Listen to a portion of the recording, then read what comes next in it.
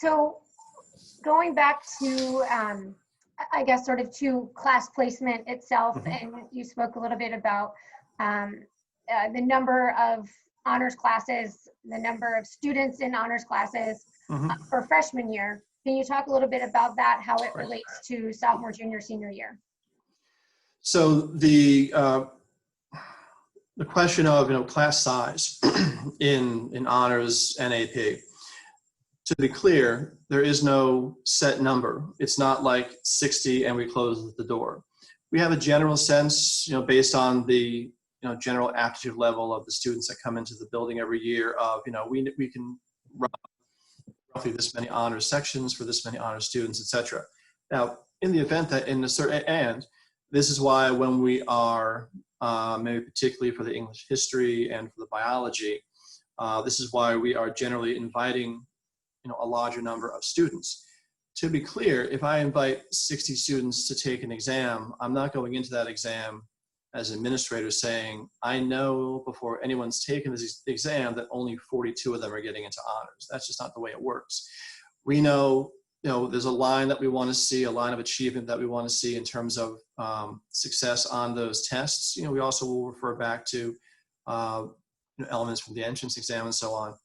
So it's really going to be as many qualified students as we have in a given year. If the need is there, we will either run honors with larger sections if necessary, and as is required, we can add sections of honors if that's what the case may be. So if we have a particularly exceptional year with particularly talented students, we will get as many of them into an honors section as would qualify. And we do want to keep, it goes both ways, and this is true of all the classes, standard honors and AP. On the one hand, we could argue, well, let's get like 32 kids in the honors sections, that way we give as much opportunity to all the kids, and if that's your only intent kind of on the front end, if your intent is primarily just placing as many kids in honors, then sure, that would probably be an approach you take.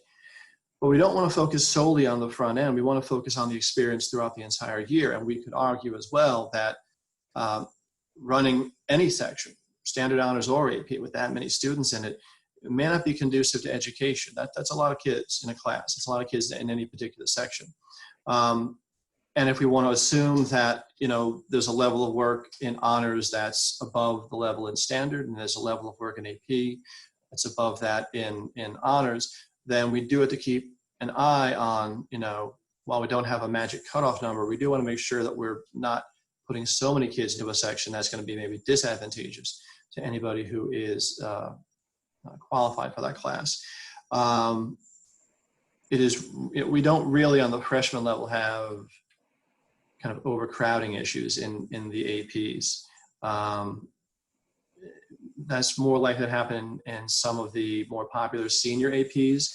And that is kind of some years everybody wants to take AP Psych, some years everybody wants to take AP Economics, and that's not something we can even generally predict. But we just know from history that certain of these classes do tend to generate more interest in enrollment, and they tend to be on the senior level. Now going forward then, so that general philosophy does carry through sophomore, junior, and senior year. I want to be clear about something else. We do not track.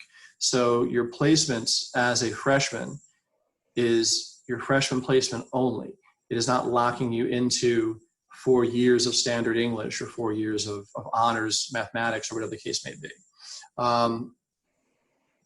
Once you are a freshman in February, basically, there is course selection for the following year, prerequisite grades that are needed to earn a spot in an honors or potentially an AP course are published at that time.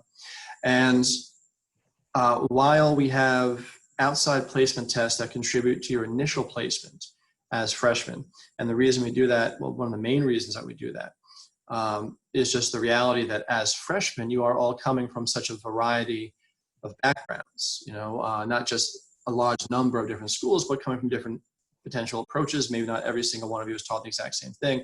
So the placement tests become kind of a fair assessment of you probably were taught at least this, and therefore we're not putting greater advantage to, well, that kid went to that school and he was taught this, and so it's unfair because my kid went to this school and wasn't taught that, and so on. So we think the placement tests allow for that. Once you've been placed, though, your further placement into an honors or into an AP course is really just on how well you do. Okay, so if you do well enough, if you maybe don't get into standard or honors English as a freshman, that's disappointing to you. If you do very, very well in honors and standard rather, we would say, okay, you've done well enough that maybe as a sophomore, you would be able to go into honors. Okay, and once you're in honors, if you continue to do well enough, you can stay there. Perhaps you do so well that you can be considered for an AP course. I think that's a fair approach because it's really putting your future placement very much in your own hands, you know, and it becomes I think it takes a lot of the kind of the potential for an arbitrary element there out of it. In a lot of cases, it's here's what we want you to do, here's the goal we want you to reach, and if you do that, great. You now have the opportunity, just to be clear, to go into a higher level course. And as previously explained, we are going to still keep an eye and make sure that, you know, the average class sizes in all the classes doesn't become so huge that it's going to be something that's going to interfere with the quality of education. Okay. Great, great, thank you. And if you could just touch for a moment on, let's just talk briefly about with the English and history test, placement test, and the biology placement test, right. A little bit of the logic behind using the entrance exam scores as right. the selector for those invitations when there isn't necessarily a history section on the entrance exam or a bio section on the entrance exam. Right. So that is all true. And what's being evaluated on the English history as well as the biology placement tests isn't really your inherent knowledge of these subjects. The world language, the math are going to vary. They're going to be different because, again, they're kind of different types of tests. They're trying to assess what knowledge of Spanish you've brought to CBA so we can put you in the right Spanish class, or what knowledge of math so we can put you in the right math class. But what's being evaluated on the English history as well as on the bio test is really more the kinds of skills you would need to be successful in those classes. So it's much more a test of the English history, for example. It does have kind of an English section where you're going to be doing more, you know, grammar, reading comprehension, some writing, you know, English-based writing, and then a history section where there's going to be still some writing, etc., but more working with, you know, maybe working with maps and things like that.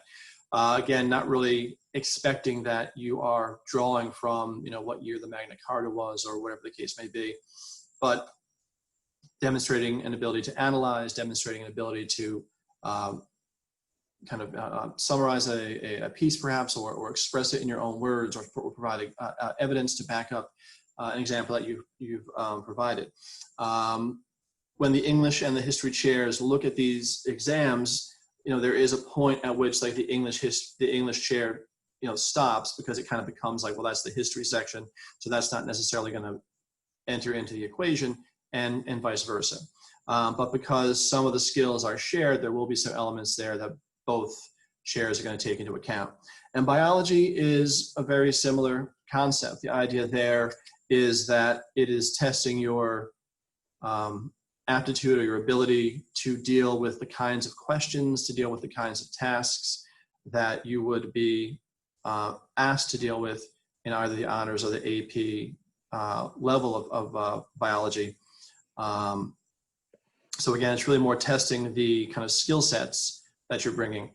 And that, in a very roundabout way, brings us back to the entrance exam, which, again, you're right, doesn't have an English, a history, and a bio section, but it is divvied up into sections that correlate to certain kinds of skills that will be relevant to English or to history or to bio.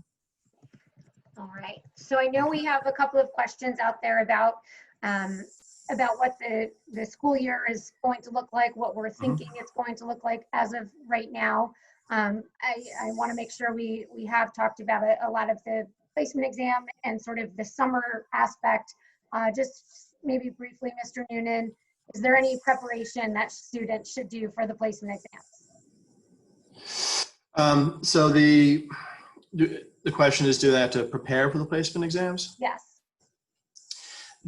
So going back to like the English history, going back to the bio, sorry.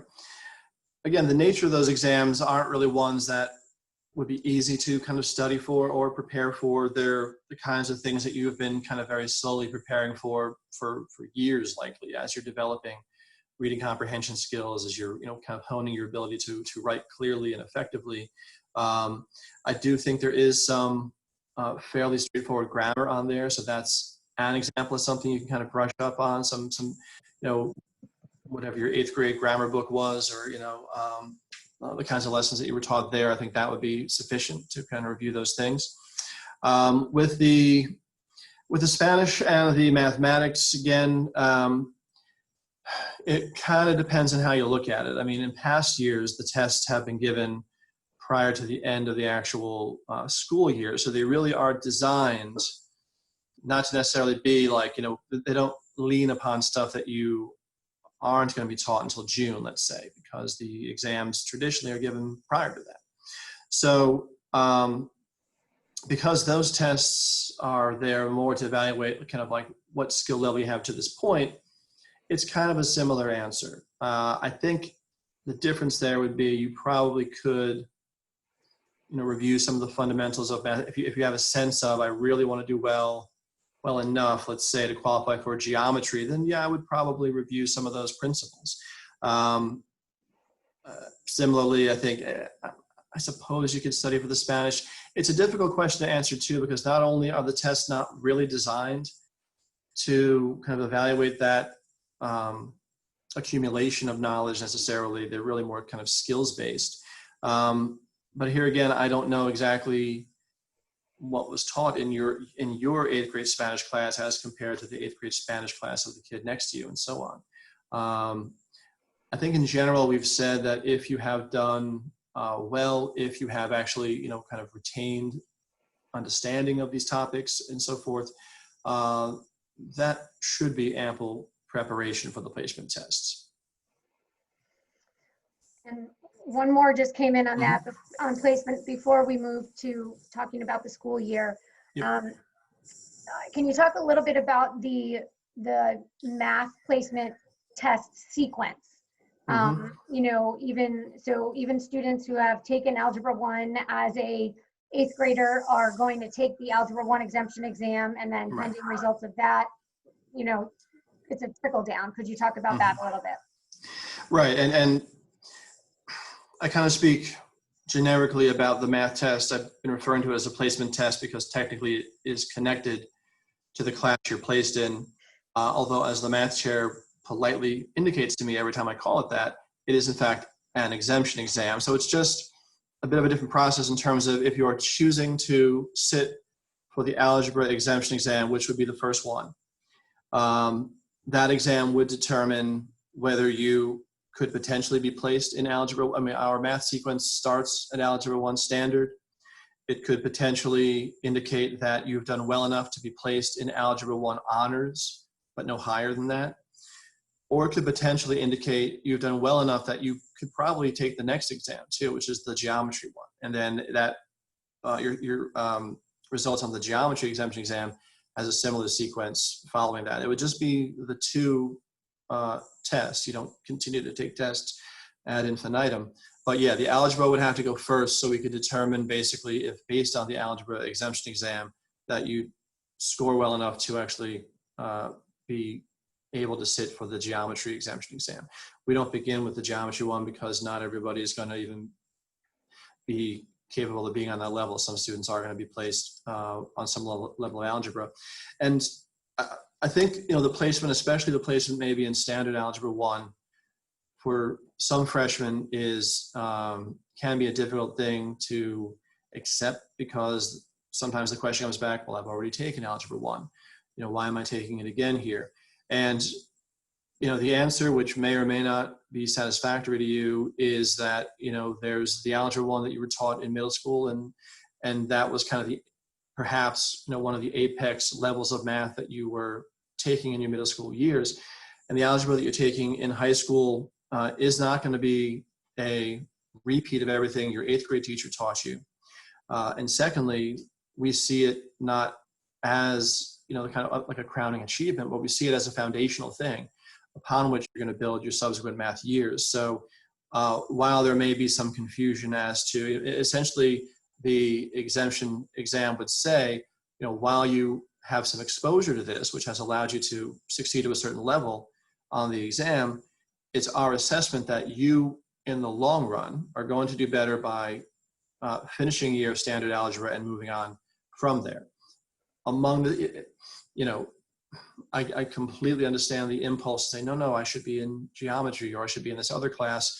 And if we see evidence to back that up, then we want to put you there. But we don't want to put you in a situation where you're going to struggle. We don't want to put anybody in a situation where we have misread what would be the proper placement for each of you. You're each in a situation where you can actually get the best out of your first year. Great. Excellent. Thank you.